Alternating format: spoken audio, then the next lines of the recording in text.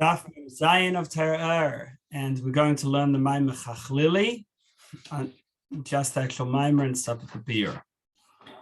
So this mimer is still part of the bracha that Yaakov gave to Yehuda. He told him that you're going to have a lot of wine and milk. So the words are Chachlili einayim miyin uleven shinayim mechalav, that he is red-eyed from wine and white-toothed from milk. So now, what does this mean spiritually? So we know about wine. There's an interesting story where Avimelech wants to, he's a son of Gideon, and he wants to be king. So he kills out his whole family, and that way he was the only one left, and he'd be king. Now there was one brother who escaped, and Yosem escapes, and then he tells this parable of all the different trees that they're discussing who should be the leader, and each one has a special job. So the olive tree can't be the king, and the fig tree and the vine, and the only one who can be the king is the thorn bush. And is saying basically that Avimelech has no quality, and therefore all left for him is the kingship and the leadership. So when it talks about the vine, it says, "Oh no, I'm too busy to be king, because I make wine, which causes Hashem and people to rejoice." Okay, so now we've got this expression in that parable of Yosem against his brother Avimelech, that wine is mesameach elikim, it makes Hashem happy, so and people. So what's this idea of making Hashem happy? So we quoted also in the previous mimer the statement of Chazal that nichnas yain yotzasod, that when wine comes in, secrets go out. Simply what it means is when a person is tipsy or drunk, so then they're more likely to share things that otherwise they would have kept secret. And what does it mean spiritually? Well, there are two levels within Torah. There's the milk of Torah and the wine of Torah. Like the pasuk says, "L'chu shivru v'yichlu b'lei chesef u'v'lei mechir yain v'chalav," that go and buy without money and without a price wine and milk. So we've got wine and milk as the two parts of Torah, and the pasuk starts off that if you're thirsty, then go and drink water. So this refers to the Torah. And then it continues on to buy milk and wine. So the concept is there's two types of Ahava. There's two types of love of Hashem. There's Ahava Olam and Ahava Rabba. Now Ahava Olam is the revealed love, whereas Ahava Rabba is the hidden love.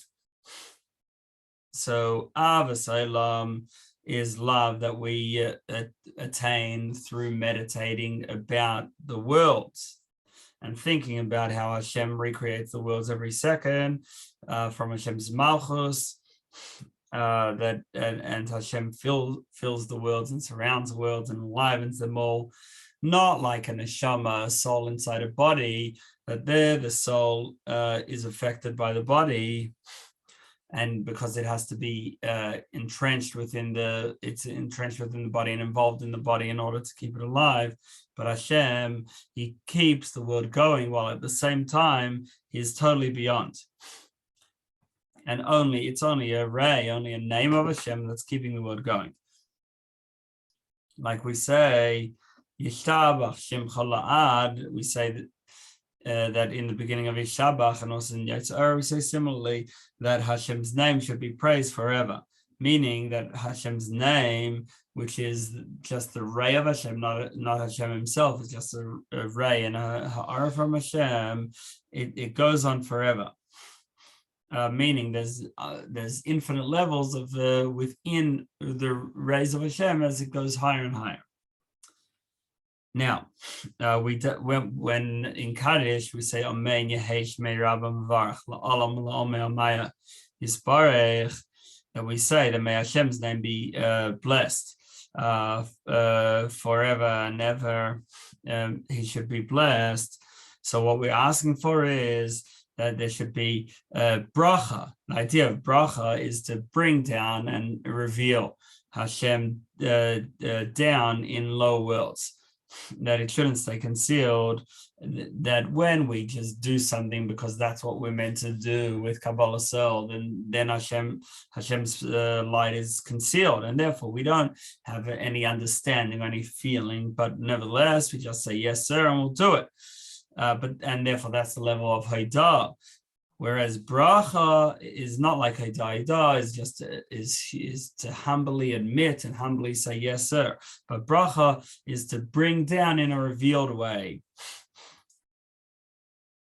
So it should be that Hashem's presence should be revealed in his mind and heart, and this should go on forever in all time and all places, even in low worlds.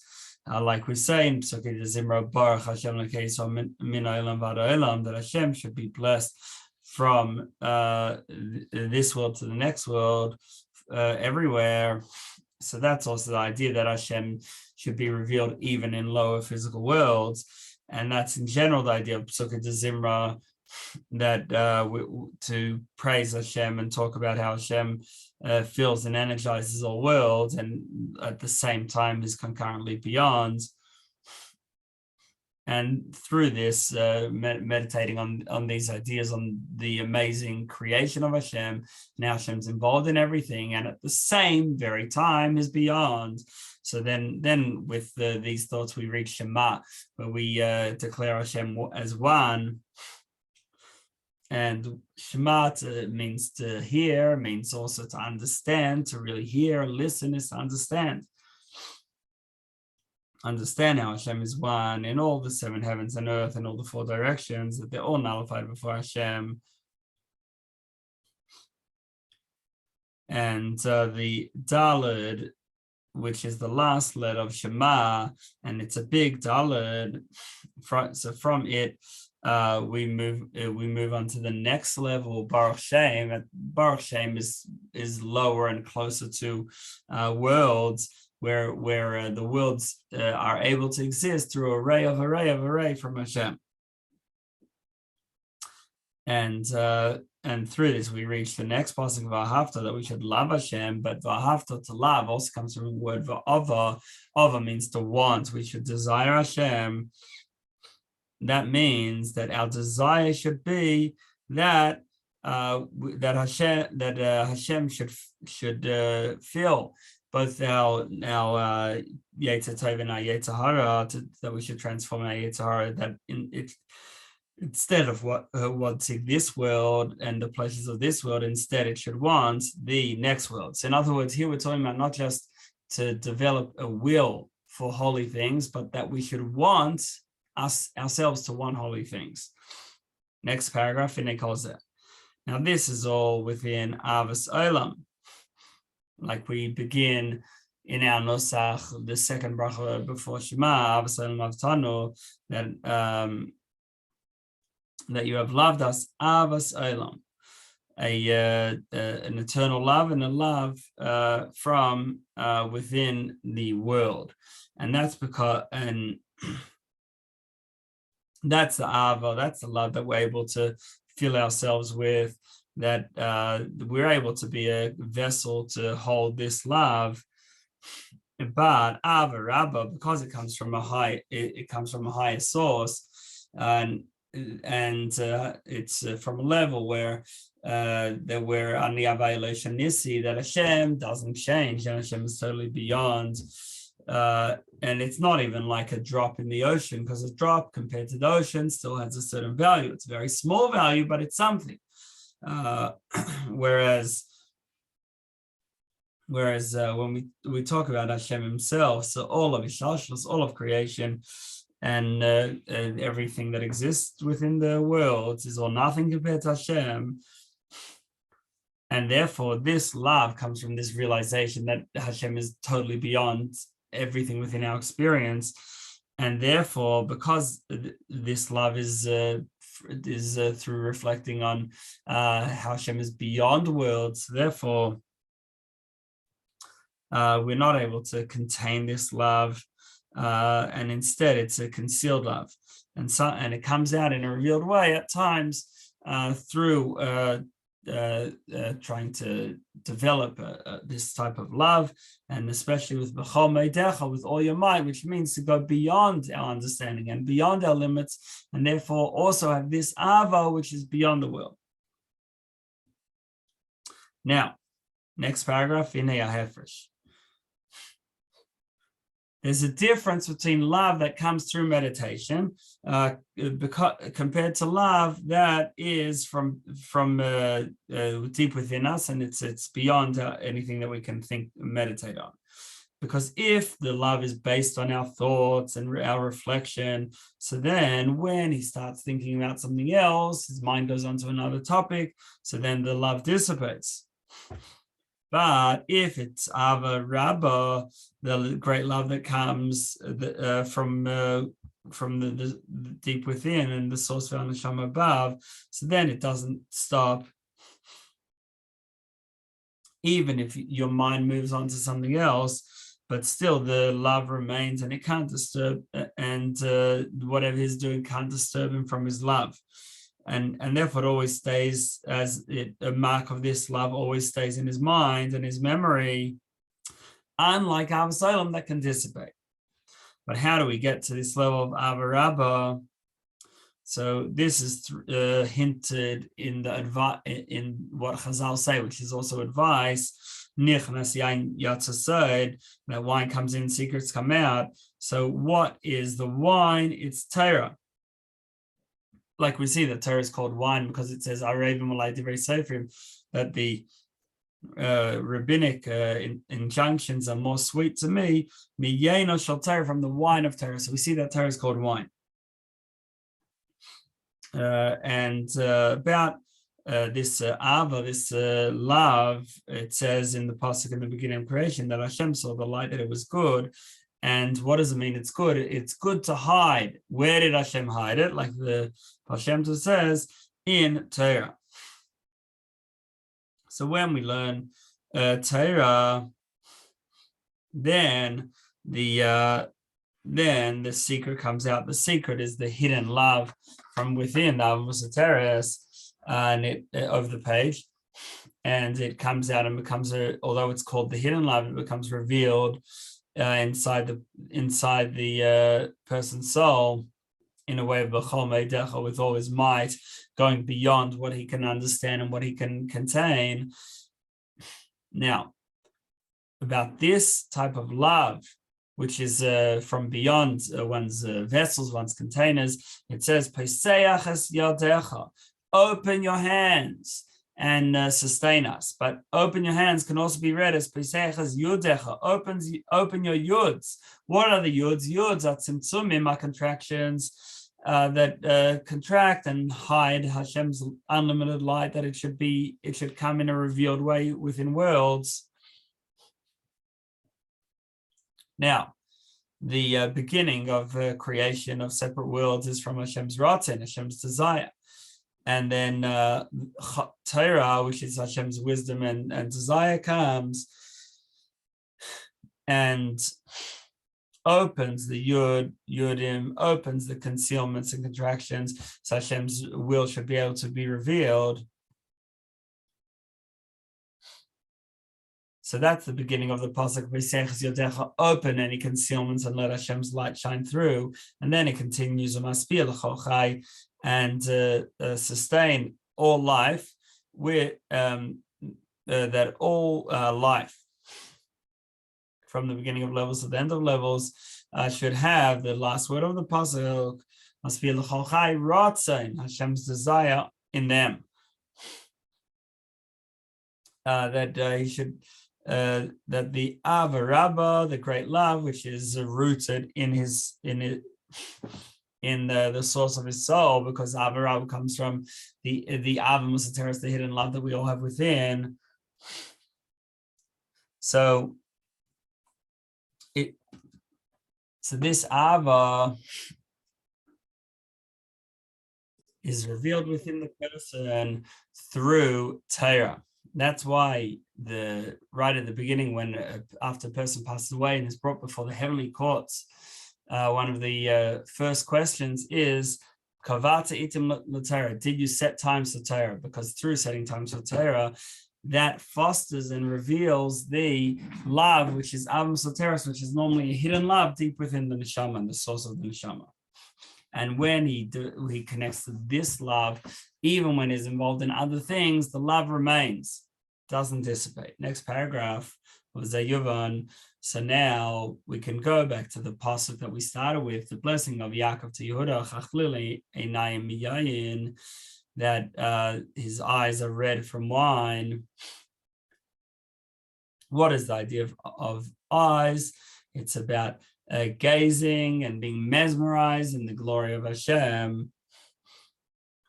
That this is Ahava,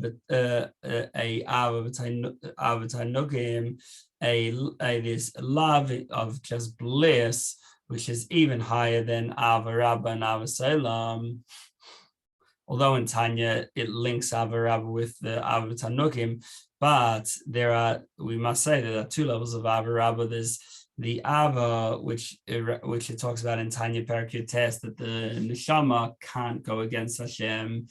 It's just one with Hashem inside, and that's the Ahava Masoteret, but that's a lower level than the Ahava Tanugim, than the love of bliss. Whereas in Parak Mem Gimel, it's talking about the love of at a level of bliss. And this is also hinted in the pasuk, Achosi Rayasi Yoinasi, my sister, my friend, my dove. And Achosi is the natural love, and which is the Ahava Masoteret is a natural love every yid has to Hashem. And then Yoinasi, my dove, is the Ahava Tanugim, this love of bliss, which is even beyond the two levels of love, beyond Ahavas Olam, the love that comes from meditating on Hashem, this world, the worlds, and Hashem's energy within the worlds, and Ahava, which is a love of Hashem, which is based on his hidden natural love to Hashem and beyond the worlds. And so the idea so we see that with doves, especially, that like the pasuk says, that the doves stare at each other in order to bond. And so similarly, the idea of eyes, like it mentions in the pasuk, that the eyes are red. So the eyes are about seeing, about gazing at Hashem. In other words, to have Hashem revealed, not just in a way of words, but in a way of gazing, like we actually see, like we're actually right there with Hashem revealed in front of us.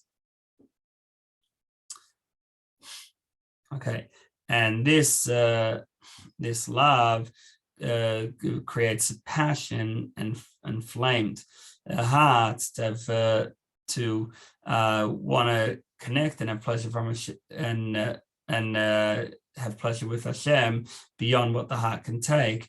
In a way of Re'iyah, which is another point about Re'iyah, about vision, besides that we can get the whole picture, is that it can take that you can see something even if you can't take it all in. Now, the pasuk talks about the eyes turning red from the wine, and this represents a strong love that's burning like a fire. And this is the idea of Shabbos, that Shabbos is a day of pleasure from Hashem. But in order to reach the level of Shabbos, we have to put in our efforts throughout the week, and through trying to develop and awaken our Ahava and both Ahava Rabba and Ahava Selam, both our love within worlds and love beyond worlds. So then on Shabbos, we can reach, hopefully, the Ahavat Tainugim, the love of pleasure, of bliss. Now, the word chakhlili, which we've translated as red, also comes from the words chakhlili, the palate, lili, to me.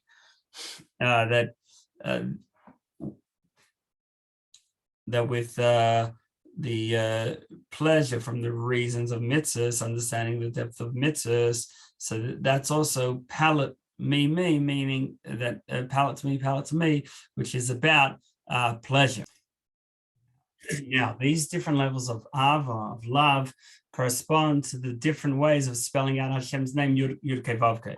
Like we've explained, you could spell it out, either Yud is always Yud Vav Daled, but then the rest of it could either be Hey Yud, Vav Yud, Hey Yud, that would be Shem Ab, the gematria of 72, and that's the highest level of Hashem, pure Gili Elikus, at the highest level. Chachma.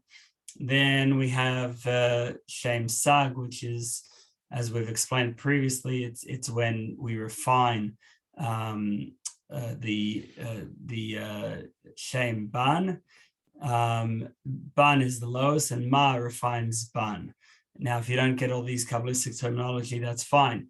But Shem Ban relates to the physical and the whatever is lower and more apparently distant from Hashem, and finding Hashem even there. Shem Ma puts it in order and shows it its place and refines it. So in other words, Shem Ban is Hashem within nature and within the world. Shem Ma reveals the godly core.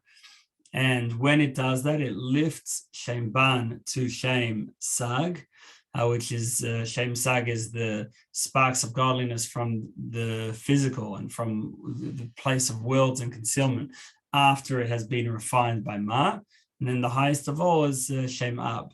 So if we relate these three levels of love, so the love that we can develop from Hashem's involvement in creation, and therefore we have this appreciation to Hashem and this just amazement in Hashem. So that is related to Shem Ban. The Ahava, which is from the Nefesh Elokis, from the godly soul, and it's from beyond creation. It's just the Ahava Masoteret that we have, the hidden love we have to Hashem for as He is beyond. So that's Shem Ma. Then there's pure bliss, which is related to Shabbos. That is related to Shem Ab.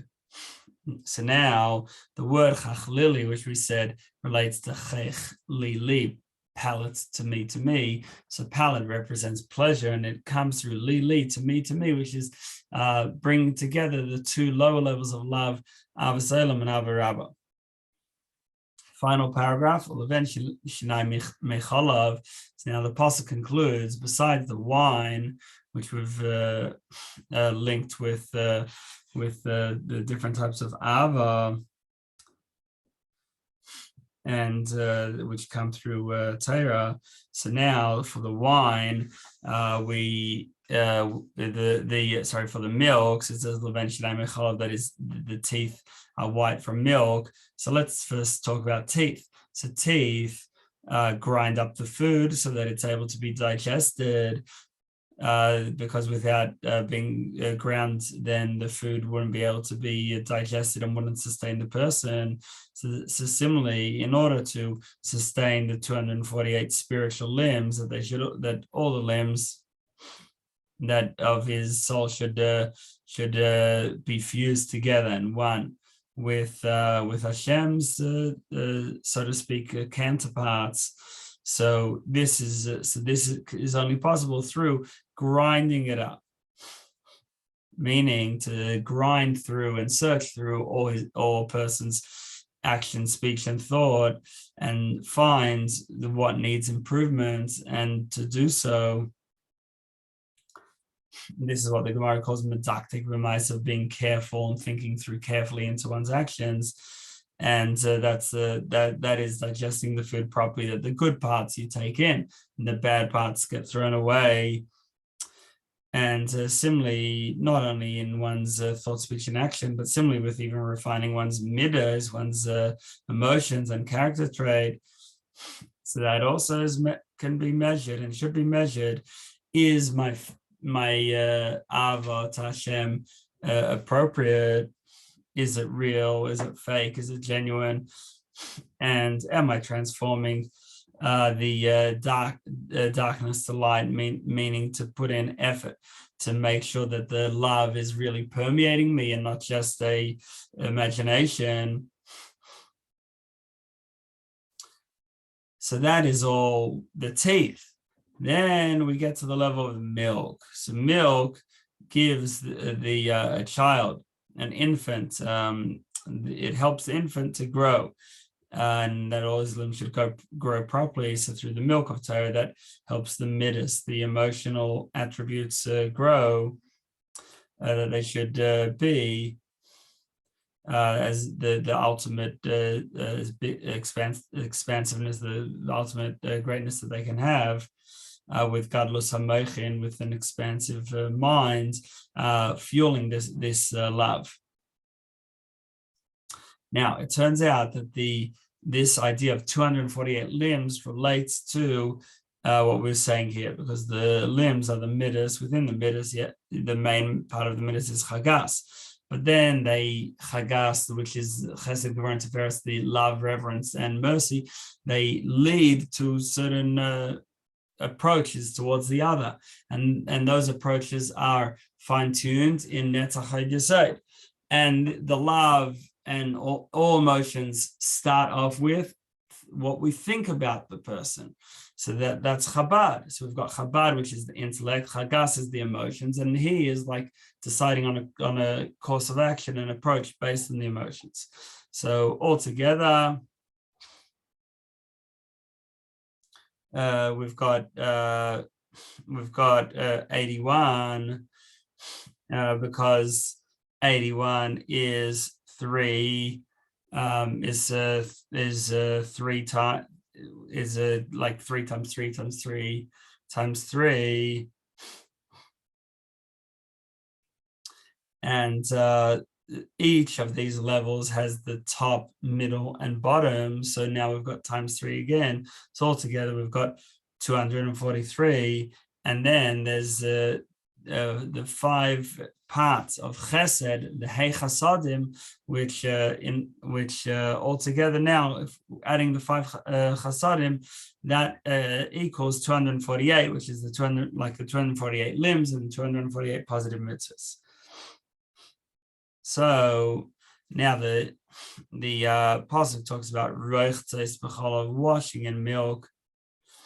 Because milk, you can wash one's emotions, one's midas in milk, and that transforms them and elevates them, and that makes his teeth white. White represents that it has a shine, a gleam to them, and this is when the midas are refined, that he appreciates Hashem. He should appreciate Hashem right away without needing to have a lot of reflection first, because it becomes more within his reality. And this is the idea of the pasuk, that we've got the wine and the milk, which are both bringing to love of Hashem. And like we said, Chakhlili represents Chakhlili, palate to me, and this pleasure in Hashem, and this goes up through all levels. In short, we want the bracha of Yaakov to Yehuda about wine and about milk is because wine represents the different levels of Ahavat Hashem. You have the Ahavas Olam, which is through meditation on Hashem's creation, and how despite that Hashem on one hand is involved, on the other hand remains above. Then we've got the Ahava Masoteret, which is the Ahava Rabbah, and that's the hidden love within that every neshama has to Hashem. And we try to develop both of these loves. Then this all happens through Torah, because if we just have a love of Hashem, then once we move on to thinking about something else, that gets lost. But with Torah, it stays forever. And then there's even a high level that can then of Ahava that can then come, which is the level of Chachlili, which is connected to this bliss in Hashem, also relates to Shabbos, and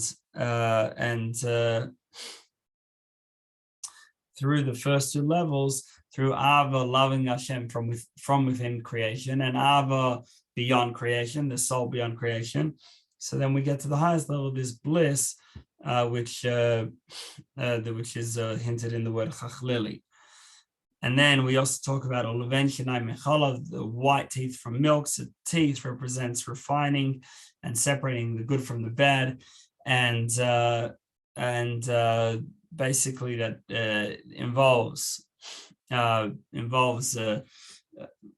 refinement, birurim, and also it involves thinking through one's behavior and to see what was good and what needs improvement. And then through all this, so then we reach, so then we've got the milk, which milk strengthens the child, and we have now the milk as well, and that makes the teeth white, meaning to shine and to be in touch and in line with their godly source.